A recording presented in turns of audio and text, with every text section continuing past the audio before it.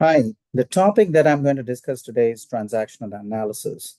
The reason that I'm discussing this very important topic is because understanding your ego states, understanding that everything we do at work, or whether it is talking to our family members or friends, is transactional. Any interaction with someone else is a transaction. You talk to friends, it's a transaction. You talk to your manager, it's a transaction. You talk to several team members, there are several transactions that you make.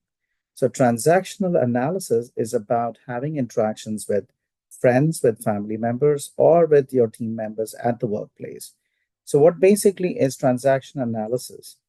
It is basically a psychoanalytical theory and method of therapy that examines social interactions to understand and improve your own understanding of yourself, improve your communication with others, and in effect, you're improving the relationships that you have with friends and with other members at the workplace. Why would we want to understand transaction analysis? Is because this helps us know who we are. It clearly makes us aware what ego state is working, and it also makes us aware of someone else who's receiving your message, who's listening to you. And therefore, communication becomes much more planned, more deliberate, and therefore you have a chance to succeed both in communicating and getting work done and maintaining healthy relationships. With that introduction, let's move on to a very important aspect of transactional analysis. There are ego states that each human being has. The core aspects of a personality that shape our interactions are our ego states. There are three ego states that every individual has: the parent ego, which has the thoughts, feelings, and behaviors that we learn from authority figures, perhaps our parents, from extended family members, our teachers in school. They tell us what is good, what's not good. They also tell us, in a didactic way, what is okay, what's not okay, and we actually have chances of being nurtured by them, or these people have made us feel critical about ourselves, and that's the parent ego state that's recorded in us. Thoughts and feelings and behaviors learned from authority figures in our childhood get recorded in our brains and replay back several times when we interact with others. There's the adult ego state that is part of every human being. Whatever we experience in day-to-day life, in terms of rational thinking, in terms of factual information, objective thinking, and experiences in life, that becomes part of here and now. That becomes part of your adult ego state, whatever you have learned by experience. And there is a third ego state that every human being has. Those are what we call as the child ego state: thoughts and feelings and behaviors that arise from childhood experience, and that's more driven by emotions and feelings. And we could have a playful child ego, or we could be having a rebellious child ego. So every human being has three ego states. One is called the parent ego state, the second is called the adult ego state, and the third one we call as the child ego state.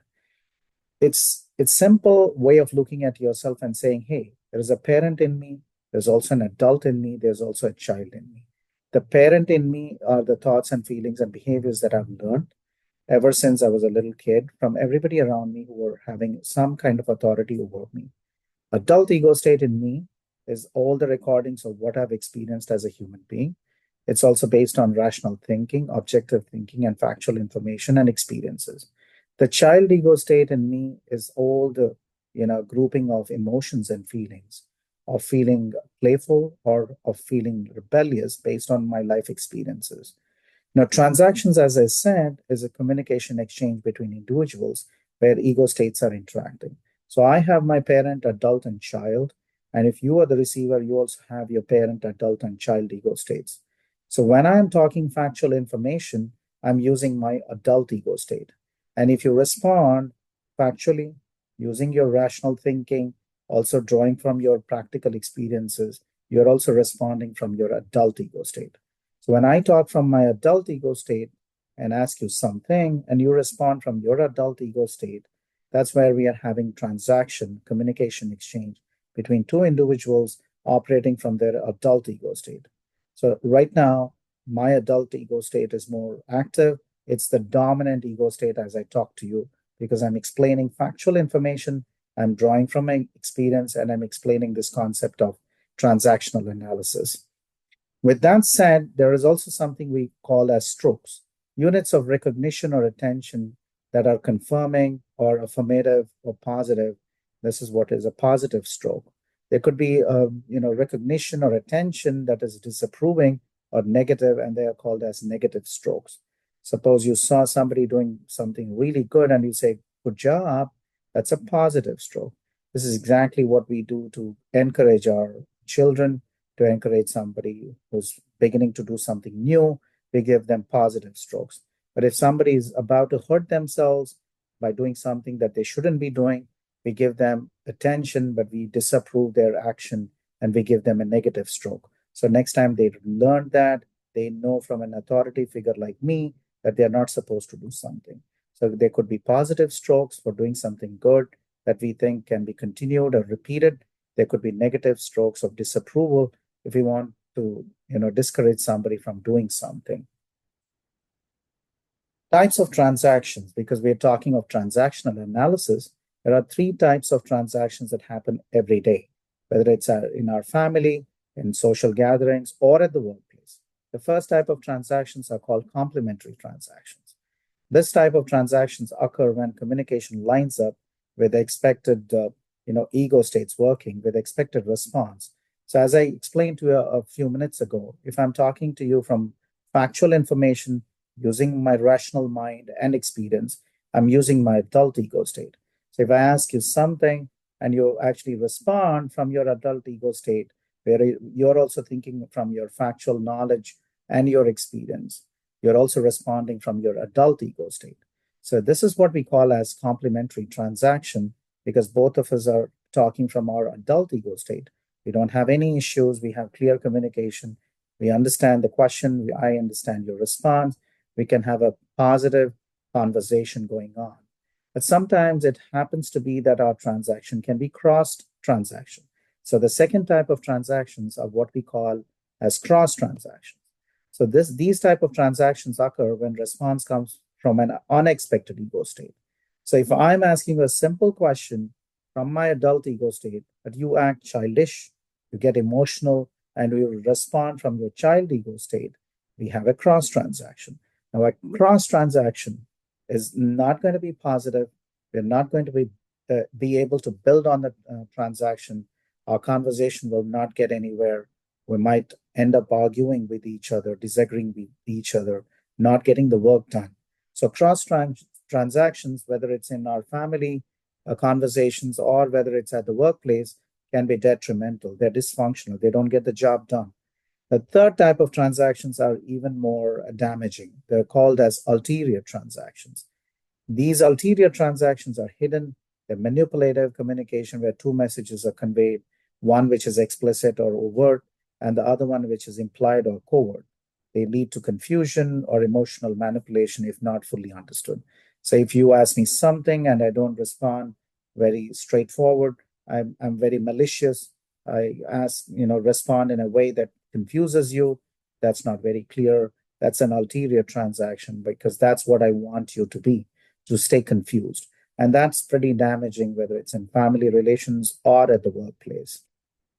So, application of transactional theory, if you understand your ego states and if you are able to assess the ego states from which the opposite person is responding, it only can help you become aware of your ego state and make you that much more conscious in terms of taking good decisions and improving your interactions with others. It also helps in conflict resolution because you also understand the ego states of the opposite person and you try to avoid or prevent cross transactions. You try to not to be having engaging in ulterior transactions. You try to act and converse with your adult ego state. Workplace communication can get better. You have greater navigating power, in groups, in making sure collaboration can be fostered because of adult to adult transactions, or what we call as complementary transaction. Transaction analysis is also widely used in psychotherapy to help clients analyze their interactions and change unhelpful patterns to break those patterns which are not helping the individual. It also improves communication in achieving clearer, more effective interactions between two people.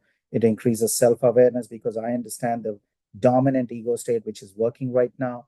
So if I'm very emotional, if I'm working from my child ego state, I can be aware of that. I can push myself to operating from my adult ego state so that I stop being emotional, that I can get the job done. It fosters healthier relationship, whether it's at work or in families, because you have greater sense of empathy. You break those unhealthy communication cycles, and you make sure that we are able to work together and achieve synergies and collaboration. It encourages autonomy. People learn to act freely, rationally, free from past scripts. You don't, carry the burden of something that happened yesterday because you're not emotional anymore. You don't want to act from a child ego state. You don't want to act from a parent ego state and find fault with others. You're more acting from your adult ego state because you know these are important things that have to be done. You prioritize stuff, you plan better, you talk with an open mind, you talk from factual information.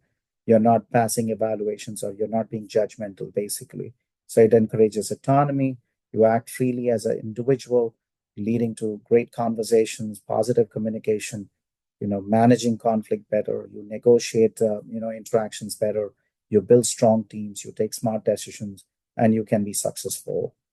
Thank you. And that's a brief on transaction analysis.